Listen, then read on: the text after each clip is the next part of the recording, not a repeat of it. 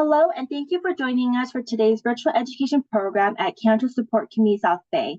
I'm Rebecca, the program manager, and I welcome you to this workshop titled Updating Advance Directives and Understanding End-of-Life Options. Before we begin, if this is your first time joining us, CSC South Bay's mission is to ensure that all people infected by cancer are empowered by knowledge, strengthened by action, and sustained by community so that no one faces cancer alone. We serve the South Bay, Long Beach, and Orange County area all at no cost. Our program includes support groups, networking groups, healthy lifestyle classes, social activities, and educational programs like this workshop. Education programs are open to all. If you'd like to hear more about our services or join our community, please visit our website at cscsouthbay.org. Without further ado, I'd like to introduce our workshop speaker.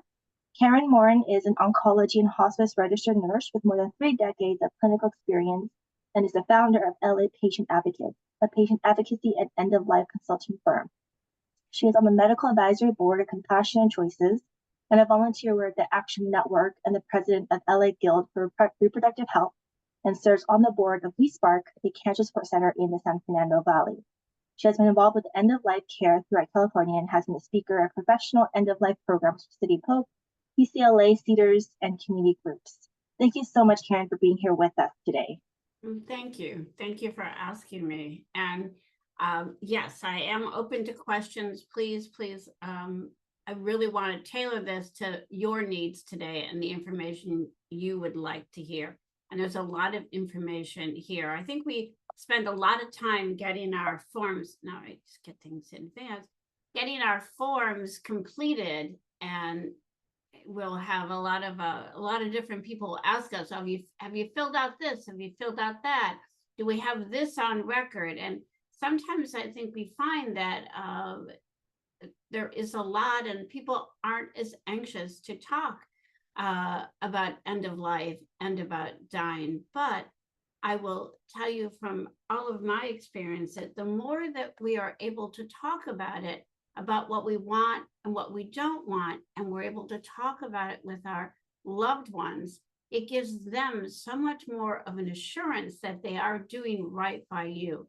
I'm helping mom. This is what mom always talked about, and I want to make sure I can do what I can to help her get exactly what she wants. So basically, yeah, we all want to be in comfortable surroundings where we know things, where we're around who we love and who we want to be with.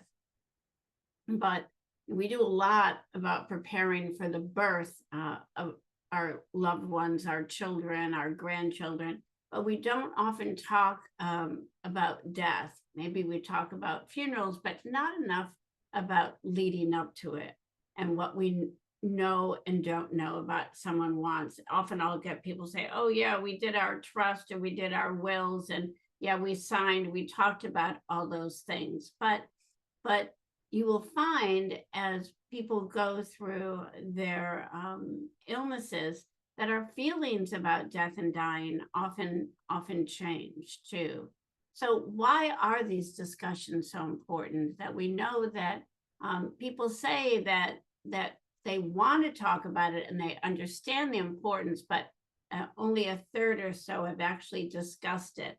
And many people say they don't want to burden their families with what's going on or what they're thinking. So do we put it in writing? Do we let them know? But I think often it's not so much that paperwork and where is the paperwork, what have we done, but it's talking about the issue with your loved ones and explaining, this is really what I'm thinking now, this is what I want, and this is why I feel strongly about it. The more we have those conversations with our loved ones, I think the more we're going to feel like our wishes are going to be honored. They're going to be upheld by those that are in a decision-making position. So this Advance Directive, or healthcare proxy that we sign, you fill these out so that if you're not able to make a decision, someone will make the decision for you. Again, it's only in that situation when you're not able to make decisions for yourself. So you're by filling them out and discussing them, it's that much more likely that those things are going to be followed because, oh yeah, she talked about it often. I'm definitive in knowing what mom wanted and what she didn't want. But just having the documentation does not always guarantee that it's going to be followed. As we know, sometimes it's going to depend on the type of institution you end up in. Is it religious? Is it not? What are some of the standards that maybe this ER has in place? So some of the things we can do to make sure that these our wishes are going to be followed are, who are we picking? Most often we're choosing a relative, a husband, but it doesn't have to be. It doesn't have to be someone who's related to you. You want to pick someone who you know is going to have a strong voice. It's going to be a proxy that understands your wishes and is going to speak up, ask questions, and make sure that they're able to communicate about what you want and don't want. And remember, as your wishes change, update those documents and update your loved ones and your proxy. Make sure that there's clarity in what your priorities are. Again, as your illness changes, those priorities might change. And sometimes it's a matter of people don't understand at the end of life, what will death be like at the end? And sometimes you have to ask that question of your clinician, of the nurses that you're working with. What will I expect? And get your family members to help ensure that, look, this is what I would want, this is what I wouldn't want. And again, as we find out that oftentimes it's not only what's on paper, and the hospital may ask, okay, who has the health proxy if this person isn't able to make a decision, but also what do they know about what you want? I say often, make a video. Sometimes, especially if you have family members that are spread all over the country, if there's a video or a videotape of you talking about what you want and what you don't want, I think that helps to give comfort and confirmation to your family members that, oh, wait, this is something that he really felt strongly about. Medicare does pay for an end-of-life discussion with your physician. So set that meeting, let them know you specifically want to have that meeting for end-of-life discussion, talking about what your priorities are, what you want and don't want. Make sure you make copies of your documents and they're in your medical records. And a lot of times when you're admitted to the hospital or having a procedure, they're going to ask, oh, do you have a copy of your advance directives? Just because it's written down in your advance directive doesn't mean that you can't change your mind when you're in the hospital and you're faced with a decision. So what's written down does not mean that that's the be all end all of all the decisions, okay? But that video, that audio recording describing how you're feeling, it reinforces those views that you've had. And I think I heard a couple of family members say that it really helped to cement the idea that, this is really what she wanted. But we can do all we want with I don't know what happened with the slide in these lines. And I tried to make copies and I was getting the same thing. So I apologize for that.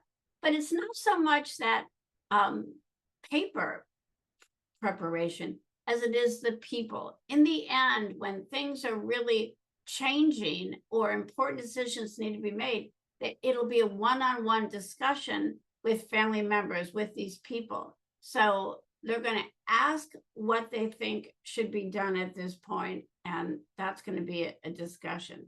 So language matters when we're talking about quality of life. What is it about quality of life? Some people say, look, I don't want to be in bed if I can't get up and about and do this. Someone else may talk about, if I can't get to the Dodgers or watch the Dodgers on TV. So what are these parameters that make or break your quality of life? And a lot of times as the disease progresses, those definitions of a quality of life may change. So be open to those changes, and again, update your loved ones as to, you know, I felt this way before about quality of life. I'm not really able to do X or Y, but I can still do this, and people are coming to visit, and I really enjoy that. So, so work on that, those communication skills. We like to say review these forms, the 5 Ds every decade. But if you do have an illness, I would say move that up maybe to every year or so, even. On the death of someone in your close family, divorce, or a change in a diagnosis or a decline in their health condition. So you don't need to necessarily change your whole advance directive, but you can add addendums. You say, well, on this, and always, or if you agree with everything you have so far, sign it and date it. I've reread this, I wholeheartedly agree, and this is the way I feel. Or you can add an addendum, and we're going to talk about that in a little bit, about if you feel strongly about certain things, you can go ahead and say, on such and such a date, I add an addendum to my healthcare directive. And a lot of times what we're doing with addendums is dementia addendums. We'll talk about that a little bit. But again, oh, this was from a presentation I did with a Jewish group talking about, but it applies to everything, patient autonomy. It doesn't matter whether you're Jewish or Christian or no religion at all. It's about making our own decisions on healthcare that abide by your values and your beliefs, but it's autonomy that our bodies, our choice. Okay. So what are these end-of-life options that we're going to be putting down on our advanced directives that we care about and want to make sure that our wishes are getting followed? First, we're going to pursue all life-sustaining treatment. That's going to be our first option. We're going to go along with that. But often people get a change in a diagnosis or an update, and they may decide they want to discontinue or decline certain medical treatments. And going back to that patient autonomy, we always have the right to decline any treatment whatsoever. Okay, so that's the one thing we have. You have choices, and you can decline or discontinue something you started. Palliative care. We hear, this was something 5 years ago, we weren't hearing about palliative much at all, but we do hear a lot about palliative care and the palliative care versus hospice care. So let's clear up some misunderstandings there. Palliative care is a specialty. Many times we have people that have many different diagnoses or conditions going on, and you may be on a lot of different medications. Palliative care is symptom or comfort management. We want one person who's looking out to make sure that all these medications, all these diseases, what do we need to do to make sure that the patient is getting the right medication at the right amount that's going to help to make sure that they have the best outcome possible, and they're not in pain and their symptoms are being well managed. So it helps to this transition from late life to end of life. You see, maybe we don't want all these medications. Maybe some of them counteract each other. So having someone who's just focused on that palliative end of care. And it's a supplement to current treatments. It's not replacing anything, as opposed to hospice, which is truly end-of-life care. Hospice is for patients who have 6 months or less to live, expected not to recover, and the treatment and the symptom management that hospice is going to give is non-curative. We're not meaning we're going to cure and make anything go away. We're going to make things as comfortable as possible. Now, there are times when patients at the end of 6 months, they are still alive and still on hospice. Hospice can re-up or re-engage or sign the patient up for more time. Sometimes, and a patient can go off hospice at any time and come back on later, so we can talk about this. But what they both have in common is it helps patients and it helps families. It gives more support. And in most cases, hospice, you have 24/7 availability to talk to staff, to get answers when symptoms are changing or getting worse. What do we need to do to help to get the patient's symptoms managed and managed better? So, and a lot of times I'll ask someone, well, which hospice you're going through? Oh, well, whatever they tell me or whatever the doctor says. Know that you always have a choice about a hospice and which one you want to.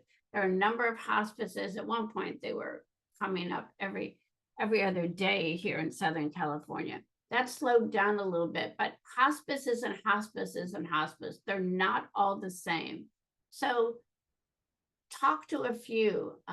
You can interview them, see what it is they're going to offer. Some of them are the basic Medicare options, what Medicare says they have to have. Some have extra things like, volunteers that will come in and help you. They will have pet therapy. They might have, but it's all 24/7.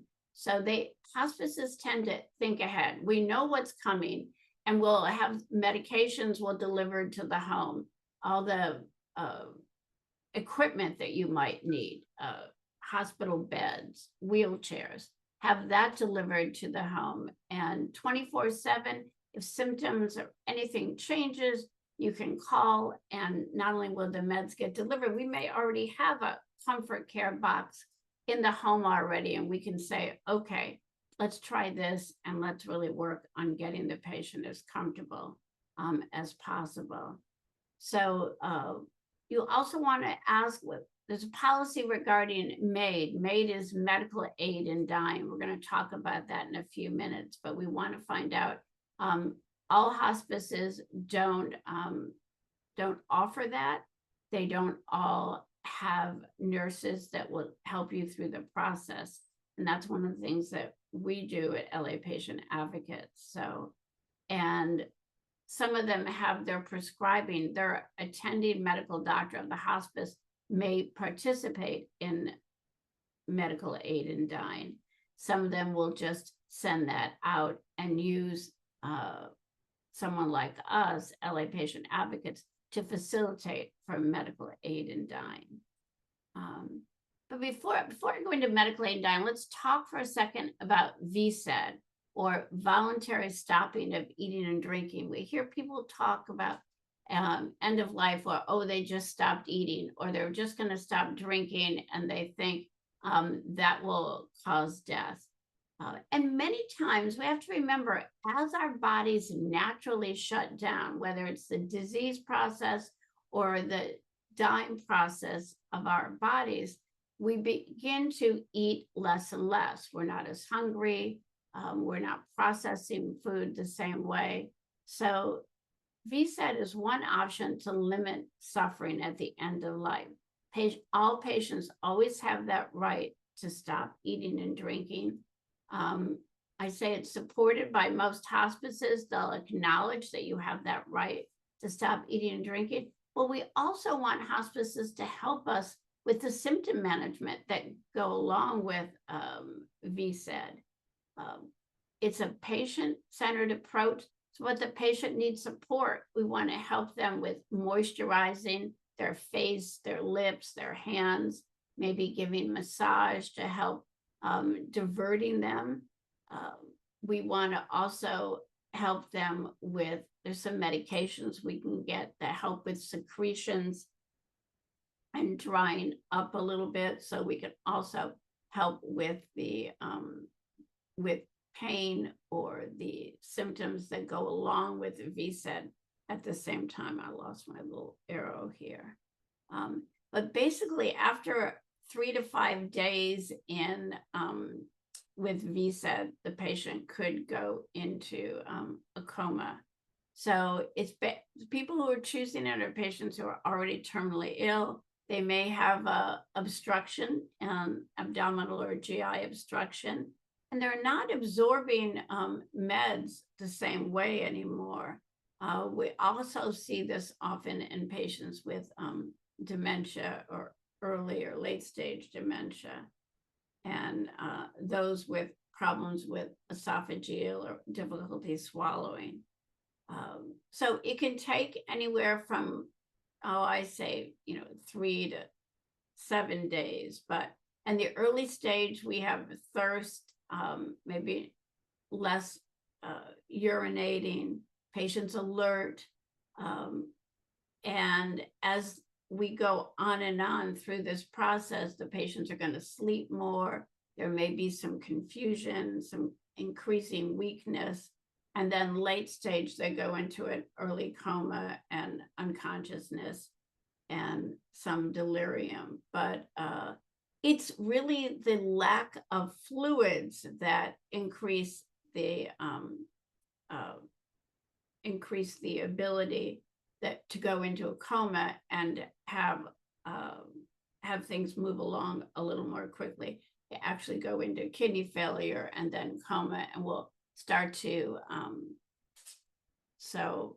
but you really need to be committed to this, and you need to have family around who are supportive of it. Even a little bit of fluid and ice chips will make this last a little bit longer. So medical aid in dying became a law in 2015. It was signed. In 2016, January 2016 is when we began using medical aid in dying in California. And then in 2022, we updated it. I'll talk a little bit about that and the changes during the update. But the definition is a safe, trusted medical practice for terminally ill patients who are mentally capable with 6 months or less. They can request a prescription from their, primary doctor. So, right now we say the prescribing doctor because often it's not their typical doctor. And they need to self-ingest the medication to ensure a peaceful death. People will also ask for it as death with dignity, or California's End of Life Option Act. Right now, it's in 11 states. I think Delaware was just working on it, and Colorado has it. So it's definitely in the legislature in a number of states. 1 in 5 Americans have access to medical aid in dying. This was, I don't know what happened to this slide, but basically, more people certainly support it than not. And like many other things, it's it's one of those things where you have the option. You always have the option, but many times patients will then choose whether to opt in or opt out. So you need to be a resident of 6 months or more, 18 years, terminally ill, and capable and having the capacity to make medical decisions. And you need to self-ingest. So we'll talk about that a little bit also. You're going to have 2 physicians, and we generally call them the prescribing and the consulting. The prescribing physician could be a physician that you've seen all along, or maybe a new physician for you, an oncologist. We have 5 physicians that work with us, and we're still doing telemedicine for most all of these visits. But we could also ask one of your physicians to be the consulting physician. And that's just a 1-page form that they fill out. So it's 2 verbal requests and an interview with the physician. In the beginning of the law, that used to be 15 days apart. And that was really a struggle for most patients. And you had to go and you had to see your doctor, and you may have to go and see a few doctors. So in 2022, we were able to get that changed and move it. First, they wanted to go to 5 days, and then we were able to get it to 48 hours. There's a written request that the patient signs with 2 witnesses that saying that they're asking for the medication. But both of these physicians are going to confirm that the patient is eligible by all those standards that we already talked, and that you have witnesses that are attesting that, hey, this patient is doing this voluntarily, and no one's coercing them to do it. And we like to remind the patient all the time, at any time in the process, you can change your mind or decide not to use medical aid in dying. You know, often we'll get patients and that have been asking multiple times. So the best piece of advice, if you hear anything today, is if you think you might want or have a family member who's talking about medical aid in dying, it's so much better to get the process started. You can always change your mind. Just because you start the process doesn't mean that you're going to do it or you're required to do it, because it's really about the patient and what the patient wants. But going through the process and having the medication can really be a comfort to know that it's there and available if and when the patient wants it. So what happens when we are talking about using medical aid in dying? What does it actually mean? So we start with two medications, Reglan and Zofran, about an hour, 45 minutes before, that help to calm the stomach and set things up so the patient can, the medication is going to move through the GI system. We're going to talk to the patient ahead of time and make sure they understand that we've got to, we want to know if there's any increase in nausea or vomiting. And we want to make sure that the GI system is cleaned out, the patient's having regular bowel movements, and that things are moving through the GI system adequately. Remember, we're going to orally or rectally ingest medications that then will be absorbed. If the patient has been eating even a little bit a couple times a day, those receptors in the gut then we know are going to be working. They're absorbing the food and getting processed. And that's what we want to, that's what we want to happen. Oh, that's the right page. That's what we want to happen for the patient when they take the medication. So the current medication is really 5 different drugs that are mixed together. They come as a powder, and then we add apple juice or water, mix it up, and the patient has to drink it. We can mix it up for them. We're all RNs in our practice. We're there. When the doctors have finished their examinations, the prescription goes to the pharmacy electronically. It's not a piece of paper anymore or anything. We pick up the medication and we store that in a safe until the patient is ready. They call us and say, this is the day. We ask the patient the night before only to be having clear liquids and make sure that they've had bowel movements the day before. So we take the medication, do that antiemetic 45 minutes or an hour before, and those drugs last 4 to 6 hours. So even if they've taken the antiemetic, they can change their mind and not take the end-of-life medications, or they can wait a while before they do. Remember, anybody can change their mind at any point. It's all about what the patient wants and when. They can drink the medication either by drinking it straight from the bottle or a straw. We often suggest that they do sorbet or popsicles. The medication is very bitter, so we ask them to get their mouth nice and cold before so they don't quite taste it as much. After they've ingested the medication, they'll fall asleep within 4 to 8 minutes, 10 minutes maybe. They go to sleep, go into a coma, and become unresponsive. And then we're with the patient and the family until cardiac and respiratory activity stops. And that can be anywhere from an hour to 3 to 5 hours, really, is an outlier.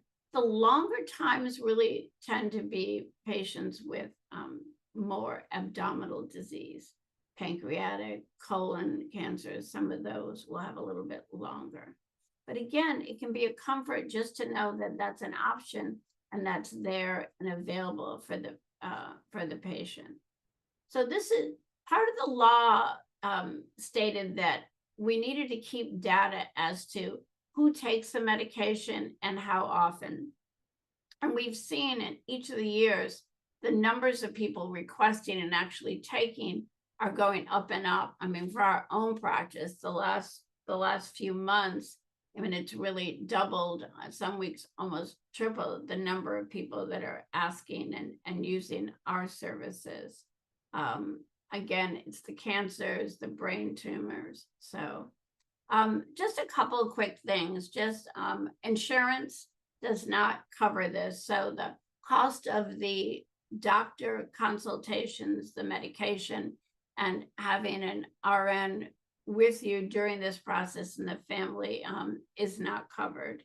So the majority of the patients are enrolled in hospices. We really encourage patients to be in hospice.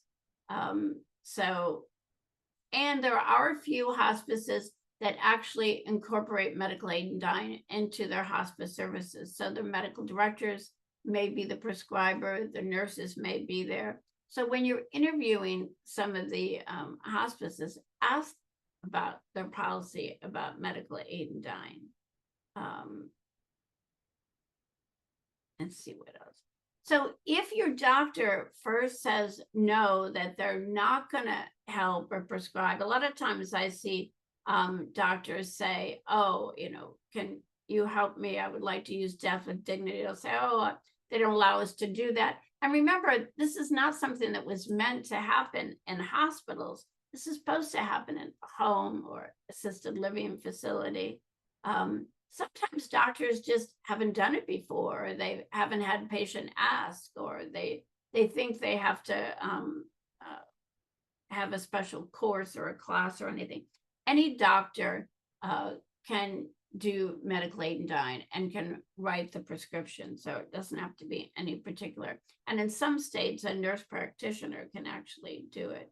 But a lot of times doctors will say, oh, I'll transfer you, I'll refer you to hospice, and they'll do it. But that doesn't always make a difference either. Like I say, there's only a few hospices that actually incorporate medical aid and dying. There may be 4 or 5 right now in Southern California.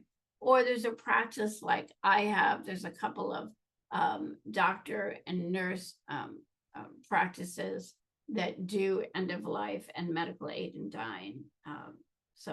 And that's basically what we're doing.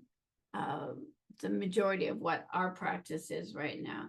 It's not suicide. So please, please help to correct people when you hear medical, physician-assisted suicide or medical suicide or whatever. By law, the way it's written, it's not considered suicide or euthanasia or homicide. So when people are committing suicide, they don't have their family gathered around. So this is really something. We've had houses full of people that are when they're using medical aid and dying, and we've just had a couple people. So it's really, again, patient-centered care and what they want. So going a bit now back to dementia, and can I put it in my advance directive? So in case I get dementia, oh, I want that medical aid and dying thing. So let's think about it for a second. The answer, of course, is going to be no, because you have to have that decisional capabilities to be able to make a decision at that point. And even when we're there and the patient says, oh, I want the medication, I want it today, we're still wanting that patient to make a verbal request that this is what they want and they want to do it today. So we want to hear them say that. But we want you to have your POLST. In California, it's called the POLST, the Physician's Orders for Life-Sustaining Treatment, or your DNR, Do Not Resuscitate. You can have those papers and fill them out. And I have some slides with what they look like. for consider refusing and withholding. Many times I know, like my dementia addendum says, if I have dementia, I don't know who my family is, I don't know people, and I get an infection or pneumonia, then I don't want antibiotics. I don't want something that's going to help prolong my life, but I still want, and I would expect, would have care that would help to keep me comfortable and peaceful, pain meds, things like that to help keep me comfortable, but not to extend my dying. And that's really what we're talking about here. We want to make sure that the care the patients are getting are going to keep them comfortable, and no one has a right to have their death extended. So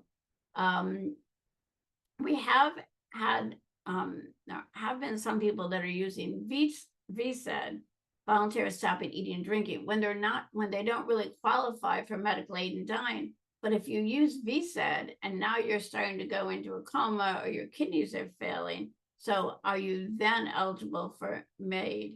So there is some discussion about that, and depending on the other underlying disease process, because you get to be a certain age and there's never just one problem in that problem list on your history and physical. There's always a multitude. So, and all these different systems sort of lead to something else happening. So it's not one simple statement. It really have to look at individual. But again, I would use that dementia provision as an addendum to your living will or advanced healthcare directive. And again, to be sure and to make a video recording and update that video recording. But the facts are that, that 1 in 2 older adults are now dying with or from dementia. It's the 7th leading cause of death right now.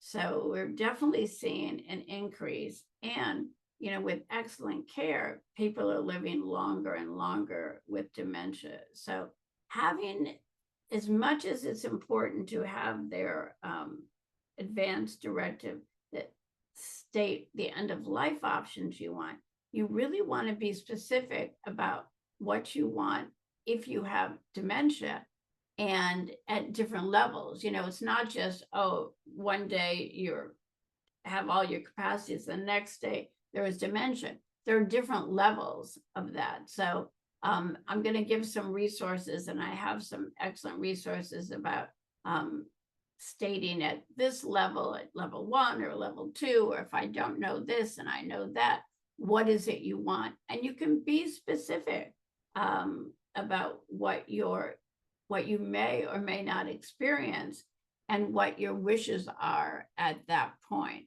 And again, it's a fluid document. Just because you get it done in writing doesn't mean that it's something that you're then stuck with. So this is just the frightening fact that it is on the rise, and we really need to be aware of it and how we want to deal with it. So 1 in 3 will be diagnosed. So Compassionate Choices website, I'm going to give the link to that, has a great tool where it asks you a number of questions. You can fill it out, and then you can actually print something out that's specific as to what your wishes are in the dementia addendum, or they call it dementia decoder. So and I can give you some of the links to that. So, that's what I just said. Values and Priorities tool is what it's called. Helps you to communicate your wishes if you do have dementia or one of your family members. And again, you can just add it to your advance directive. So, I kind of jumped through there. Specify food and fluid infections and antibiotics. I think those are the big things. There's also, people will say, I don't want to eat at a certain point. And that goes back to that VSED. And, understanding what happens when someone's not eating and drinking. What other things can we be doing to help and support someone. We want to keep them comfortable. So much of our culture is around food and eating and being together. But touch is really important, and our voices, helping to give people massages of their hands and their legs and their feet, playing music, having these wonderful picture frames or even computers that flip through images of someone's life and family. So there's a lot we can do to really help support our loved ones in these different stages of illness and different levels. So be sure you're communicating what you want and how often. Sign, date, and staple it to your advance directive. And you can write whatever you want, wherever you want on these documents that really say what's specific to you. So don't just and this is my other bugaboo, is pain management. There is so much I go in and see that patients aren't taking the right level of pain pills or medication to help them with their discomfort, because they feel like, well, I'll get confused, or I won't like the way it feels, or I'm not going to be able to endure or do what I really want to be able to do. So make sure you're getting to see pain specialists, and know that the more you take the medication, you're going to get used to it. And whatever side effects you're experiencing from the medication, you will, there are other things we can give you to help to alleviate some of those side effects. Constipation is a real big one. So it's very easy to take that medications to help keep your bowels moving. And when your bowels are moving, you're going to feel better. You're not going to be stuffed up. But if the pain is under control, you're also going to feel better. There's nothing better. And I know everyone's heard this. They've heard it from their doctors. They've heard it from the hospice doctor. But sometimes you have to hear it 2, 3, 4 times before it actually starts to sink in and they're actually trying it and taking more. But I can't tell you how many times we've gone through this again and we come back and we see the patient and all of a sudden they really are more comfortable. We want you to be able to experience those last days, weeks, months with your loved ones at the best possible quality of life as possible. So trust us, try some different things. Even if you tried it before, at this stage in your disease, it may work, and it may work differently or better. And there are a lot of different anti-nausea medications. There's a lot of different medications for constipation. So, and don't wait for the pain to go away or get really bad before you ask for medication.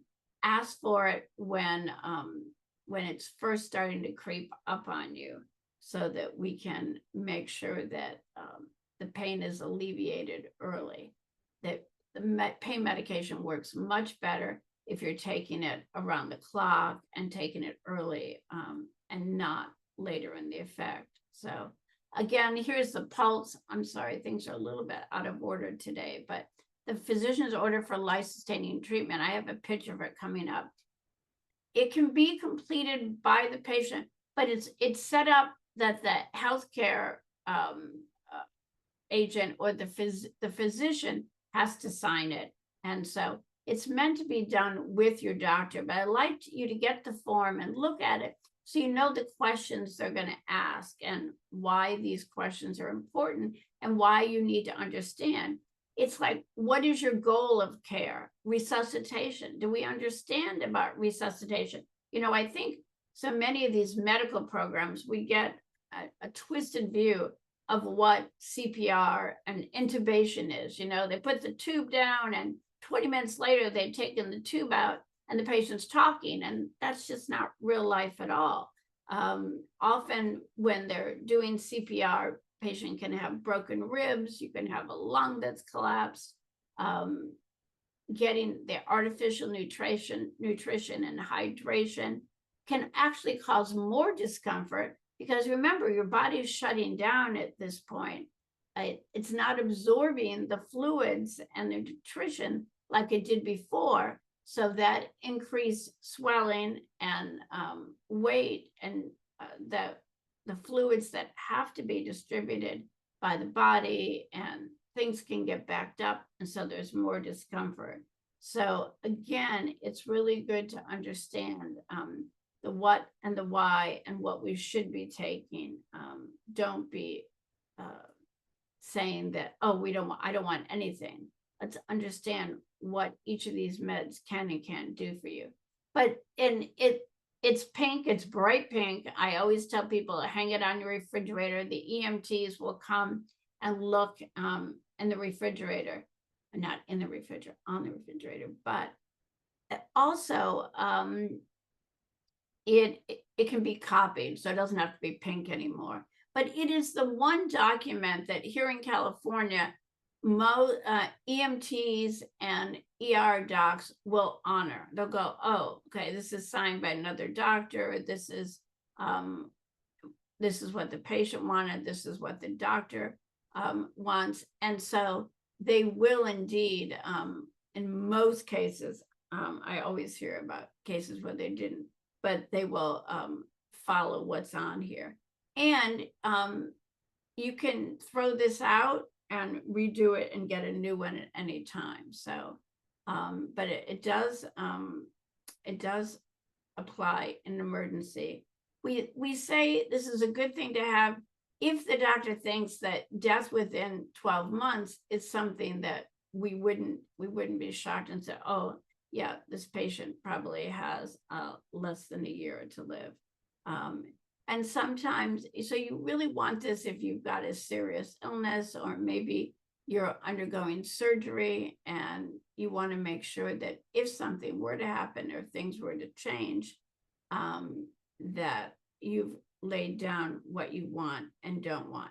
So there's a little section that talks about CPR or resuscitation, medical interventions. Do you want comfort measures only, or limited interventions, which can include medical antibiotics and IVs? Do you want to go to the hospital or not? And then full treatment. And you see there's a couple lines where you can write whatever you want. So if you say you want IVs, but no medication, a Hyperal or anything, TPN is what we call it for, which is like liquid type of food that has more calories. And I like over on the corner, see up in the upper right hand corner, it says person has no pulse and is not breathing. That's when they would do CPR. Under B is person has a pulse and or isn't breathing. It could be, but they just have a pulse. And then nutrition, offer food by mouth if feasible and desired. But do you want food by a tube or not? So sometimes once you start this artificial nutrition, it's really hard to back off with it later. And then you get a signature of the physician and of the patient. So it's really something to consider if you have an illness. And then in considering a group like ours, like LA Patient Advocates, we do straight advocacy, walking patients through and helping patients when they have a new diagnosis or a chronic illness and want someone there with them for appointments. But the main part of our practice is also facilitating medical aid in dying. We educate, provide information to the family and to the patient. We've done a lot of work with patients that have more complicated cases. So remember, medical aid in dying, we can use the oral route or the rectal route, and also patients that have feeding tubes, we're also able to put the medication in through the feeding tube.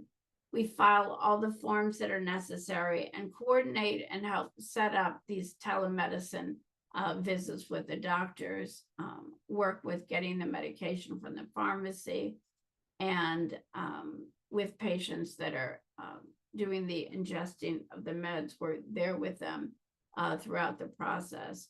We do a lot of education with hospices. We give talks like this, maybe a little more clinical with hospices and about what we offer and how we can help. There are many hospices that, almost 20 right now, we were counting the other day, that call us when they have a patient who wants medical aid in dying, and then we do the work through the process with the patient.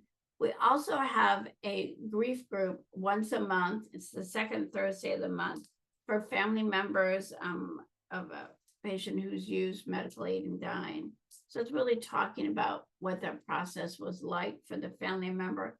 Often bereavement groups don't offer or often discuss medical aid in dying. You may have grieving family members that have been through all kinds of different types of deaths.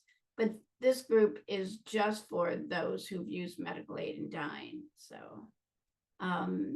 So while death is a one-time event, it's definitely a process, and things are going to change, and your views, your body, are going to be many changes. So you want to be able to adapt and continue to communicate what it is you want and don't want. So this is also from that same book, which I think is good.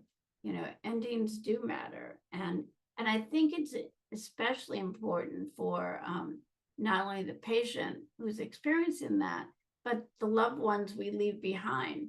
They're going to often wonder, you know, was I able to do everything that I could, or everything that my loved one wanted at end of life?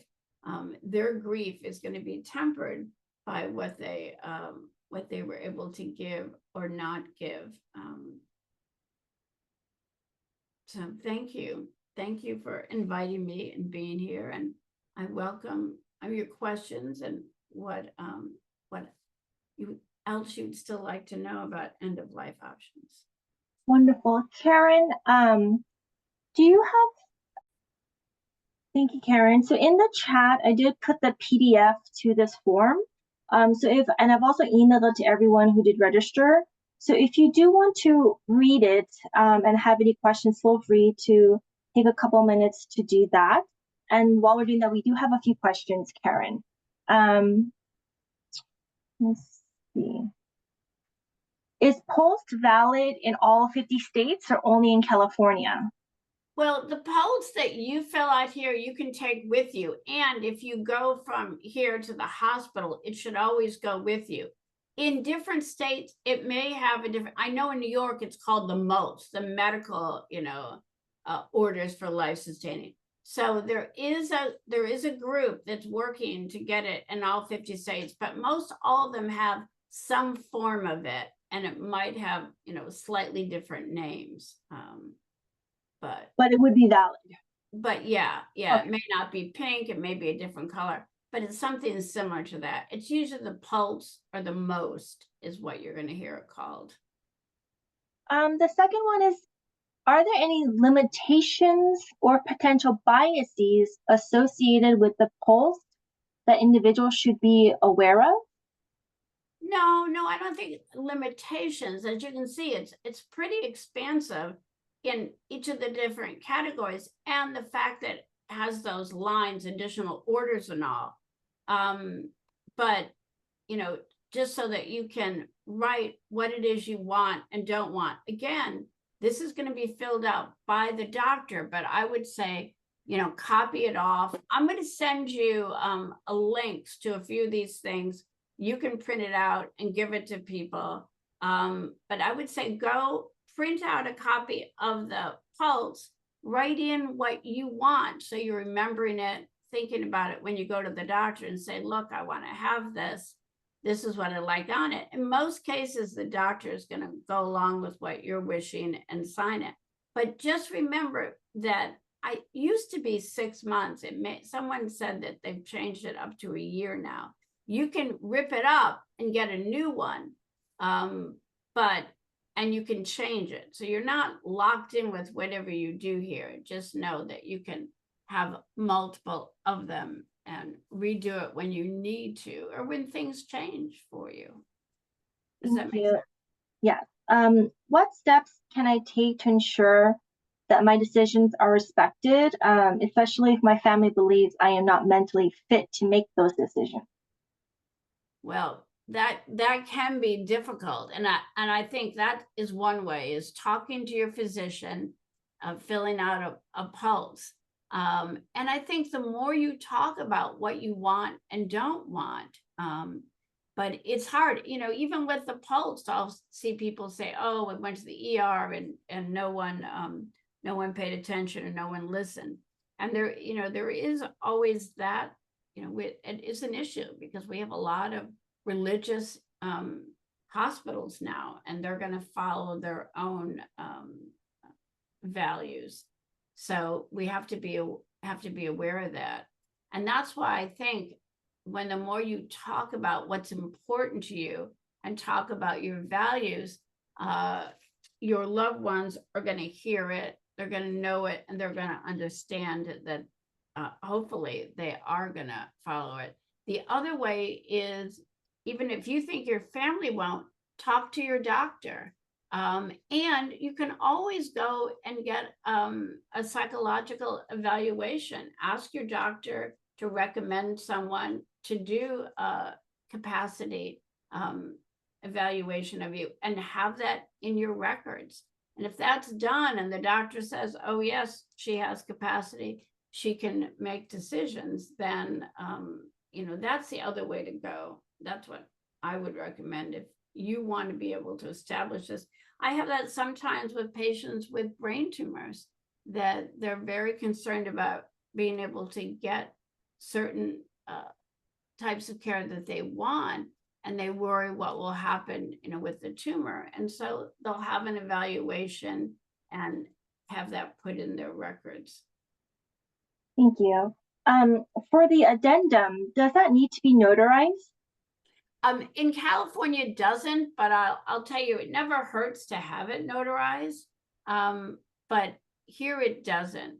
Again, if you travel a lot and go somewhere else, and I'm going to give you the link to them. There's a couple different addendums, dementia addendums.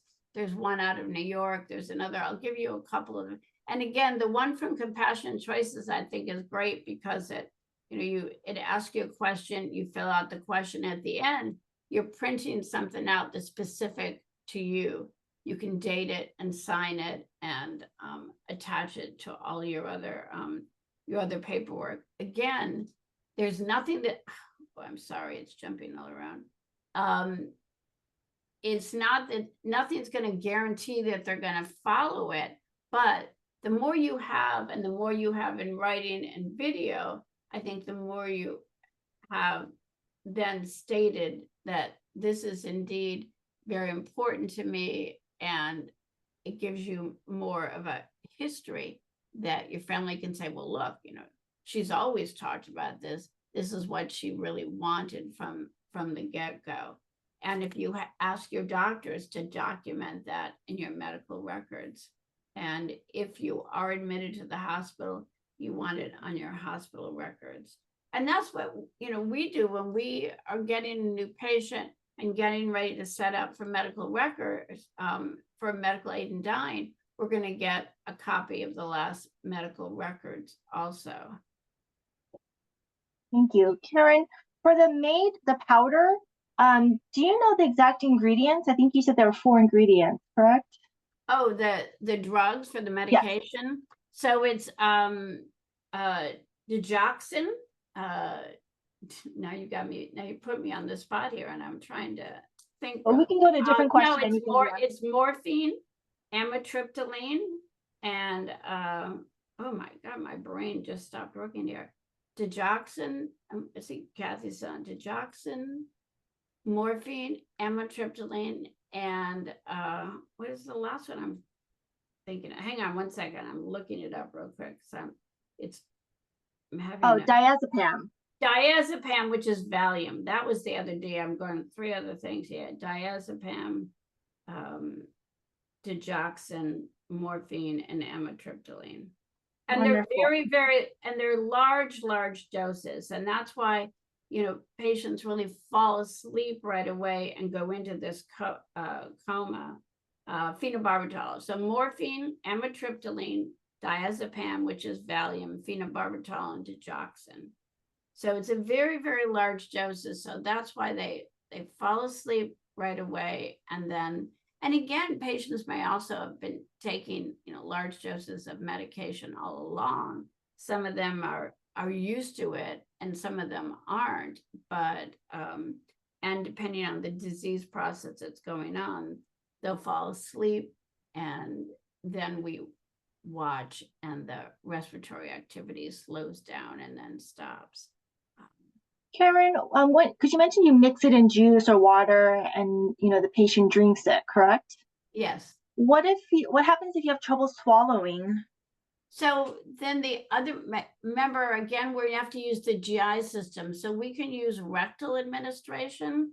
So we use a large tube, very similar to like a Foley tube that would go in for urinary, but it's much larger. It goes in the rectum. There's a little balloon that gets blown up that keeps it in place. And then we attach a very large syringe, like a 60 cc syringe. The medication is in there in that syringe. But remember, the patient is the one who is ingesting or starting the process. So they are the ones that push down on that syringe that sends the medication into the rectum, just like if you were using a suppository. But we set it up with the patient. It's very discreet. It'll be at their waist level, cover everything up, and then they can still have whatever family, whoever they wanted there. We've also used it. Sometimes patients have a feeding tube or a G tube or something. We can use that.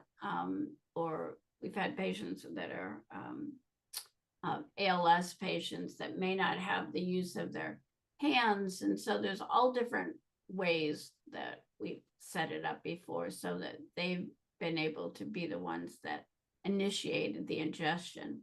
And we'll leave those empty syringes for them so they can practice what it's going to be like. What will they need to be able to do to push that down? Does that make sense? You understand that? Yes. Next question. Is a POLST form all there is regarding completing an advance directive? No, you can have, whole other forms where you write down and different, I'll send you some samples of them. Some hospitals have them, some different hospital systems have theirs, because you want to be able to document who's going to be the person that would make decisions if you couldn't make them. And you want to have a person and a backup person. That's why you want to update it every year or so. Did they move? Do they still have this phone number? So who are these people that are going to be your go-to person if you can't make decisions? And basically a lot of the information that's on the POLST is going to be in the Advance Directive then. So if I can't make decisions, these are the people that I would go to and I would want. And these are the things that are most important to me in terms of, whether you want to have CPR, medical interventions, and all that. I'll include some different samples of the Advance Directives. But pretty much it's maybe longer versions of what's in the POLST, but it's talking about, again, how you feel, what you want and don't want in terms of. But you recommend having both. Pardon? But you recommend having both? Do you prioritize one or the other? So remember, an Advance Directive can be any time. So, everybody should have an Advance Directive. If something were to happen, they were in a car accident, they suddenly got an infection. But again, you're always going to be consulted as to, gee, these are the courses of action. We can do A, B, or C. What do you want to do? It's not that often, even when people are very, very sick, that you don't have some capacity to understand what's happening and to be able to make a decision. But there are times when then people are unconscious and then someone else has to make the decision. Usually it's a spouse, a family member, or something. But we live in LA, we live in a big city. I've worked with a number of patients who didn't have any family members and had, a neighbor and sometimes these, we know we've updated a lot of this since COVID too, and there's family members across the country. And now we have phones, we can do FaceTime and connect with people.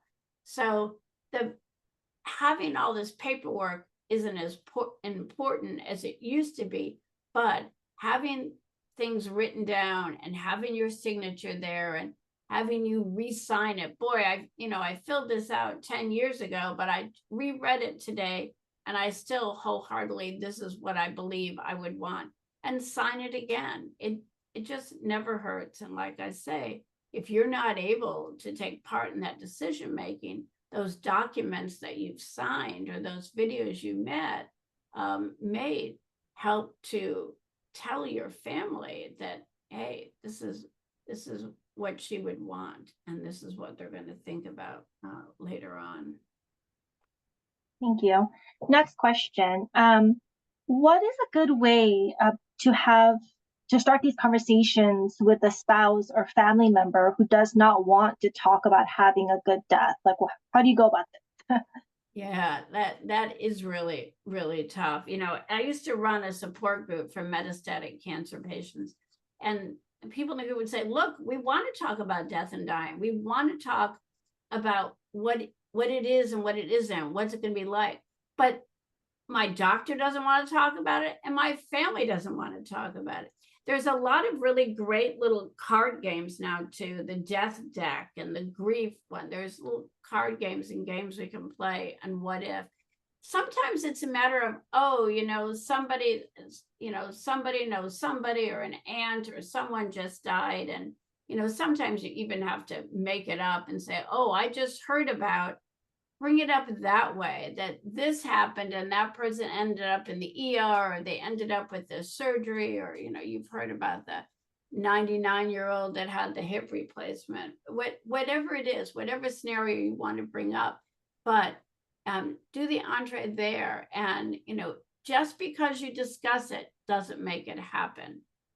That's, the big bugaboo. Oh, if we bring it up, then it'll happen. No, if we bring it up, you will have an understanding of what I want and don't want. I want you to be prepared if something does happen. And I want you to know what I want. Everybody, and I want to know what you want. If it's a spouse, bring it up that way. Look, things happen. People drop dead, or people have heart attacks, and it can be in an instant. So knowing what people want and don't want if they're alive, but they're, on machines, and understanding that, because I'm constantly surprised, but there are people that say, oh, I want everything, don't give up, but at the same time, there are patients that are saying, look, I don't want to live like that. So I think it's those kind of conversations, and it's not going to be one and done. It's going to be, you're going to have to talk about it multiple times, and let them know that it's something you think about a lot, especially those when you're going through a new diagnosis or going in for surgery. It's sort of that what if kind of thing. I know you don't want to talk about this, but it's really troubling me that you don't know how I feel about this. And as I said, what we've seen from many of these books and doctors who have been ill too say, you may feel that you think about it one way now, but after a year of treatments and illness and hospitalizations, a lot of times people say, no, I've thought about it. This is where I am now on the subject. And at this point, I only want X, Y, and Z. And so I think it really can make a difference if you do talk about it. I know that it makes a difference. I've talked to a lot of family members, and it really has made a difference. So I know it can be hard, but I would say don't give up. If you try it and they shut you down, then bring it up again. Family dinners when more people around are sometimes a good way to bring it up, because if you're one-on-one, they can shut you down, but maybe somebody else will start talking, and will in that kind of community, it may be easier to discuss it that way. Thank you. That's interesting about the death deck. I just Googled it and I put the link in the chat. And they also have an end of life deck as well. Yeah. So those can just be more casual we options. played that game before too, where you pick it and then you have to answer the questions, and it can get the conversation started for people and all. But again, we all know people, we all know of situations, and it can get a conversation going. But yes, it's not going to make it happen, and there's no what if situation. We're all already dealing with illnesses in our family, and it makes us it's really an important thing to be able to talk about what we want and don't want, and that we have choices. You can't believe, well, you can probably, everybody says, oh, I didn't know that was legal in California to have that option, to have medical aid in dying, and to have a choice. And we still at this point have choices in California. So this is the other thing. I'll get a call from a social worker and say, oh, this patient has talked about medical aid in dying, but we haven't, I don't know, the whole family isn't on board, and we haven't talked to everyone. Don't wait until the whole family is on board. Don't wait until you've talked to the family. This HIPAA applies to all of this and all patients. So the form says, I used to have a slide that had the forms for end of life up. I'll get them up next time, and I'll include the link when I send them out to you. But you can, I lost my train of thought there, but you can have these, and we were talking about the cards and getting that conversation. So, and then HIPAA, and then not everyone's on board family-wise. What, say it again? Not everyone, the family's not all on board. The family's not on board. But I have found, we want to get the process going so we can get it completed. And once it's done, again, you have 6 months to take the medication. Some patients will never take it. At the end of 6 months, we can get more medication. But as you move through it and families begin to realize that this patient is going to die one way or the other, we want this patient to get what they want, and we want to be there to support them. So it's about the patient and what the patient wants. It's not about the rest of the family. They will come on board. And I've had patients who only told, I had 3 children, only told 1. Remember, when the patient dies, the death certificate will say whatever the hospice diagnosis was. So if it was pancreatic cancer, if it was brain tumor, that's what the death certificate is going to say. There's going to be no mention of medical aid in dying, or any of the other things they choose to do or not to do. It's whatever the underlying diagnosis is. So you can go through the whole thing of medical aid in dying, and no one needs to know, or just the patient knows. I've done it in a assisted living facility where no one knew. The facility knew that the patient had died, the patient had been on hospice. So, or I've had other patients that told everybody in the facility what was happening. So again, it's up to the patient, and we should always listen to the patient, do what the patient would like, as long as it's within the law, and it's up to them to then decide if they want to tell more family members, or tell people, or who they want to tell. So in regards to that, so if you feel like your family isn't agreeing with your plan, should you assign a durable medical power of attorney? Or if you feel like that if you have all these forms but they're not going to follow your wishes, what should you do? Yeah, if you're only going to have one person who's going to be the decision maker. So even if you have a lot of family and they're not going to follow it, if you have all these forms, but that only one person is going to be able to make the decision, if you're not able to. So, so that person should be obligated then to follow your forms. I guess there's nothing to say they're not. But if your doctor has your forms on file and this is what you wanted, and that's within the scope of care, that's still a standard of care for what is happening with this patient, then I would think that that wouldn't be an issue. There are always ethics, committees with each hospital, and the doctors are going to want to follow what's there. So as long as it's within the standard of care, I'm not sure how out of there it would be. Again, if it's medical aid and dying, that's the patient. And again, what you want to tell or not tell people. But in terms of whether it's treatment or not doing treatment, there's no hospital that's going to force you to have treatment that you don't want to have. Does that make sense?